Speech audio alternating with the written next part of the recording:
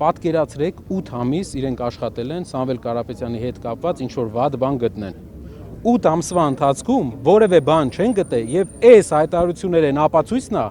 որ չեն կարողանում մարդու հետ կապված ինչ-որ բան գտնեն։ Իրեն պետքա կապեն, իրենց պետքա կապեն այն մարդկանց հետ, ում հասարակության մի մասը ունի հակասական վերաբերմունք այլ ուժերի հետ, այսքան ժամանակ մի մասը ունի դրական վերաբերմունք, մի մասը հակասական, այսքան ժամանակ չեն կարողանում, դա ապացույցն է, որ իր հետ կապված հակա ինչ-որ բան չեն կարողանում ասել։ Մարդը պատկերացնում եք 60 տարի աշխատել է ամենալայն մասշտաբով եւ չեն կարողանում բան գտնել, բացասական։ Հայաստանի հաջորդ վարչապետը Սամվել Կարապետյանն է։ Հայաստանի հաջորդ վարչապետը պետք է լինի տնտեսական գործիչ, պետք է լինի, ես հայտարարում եմ, նոր մարդ, մենք պետք է նոր ղեկավար բերենք Հայաստան, տնտեսական ղեկավար, որը լուծի աղքատության հարցը։ Քոչարյանի աջակիցները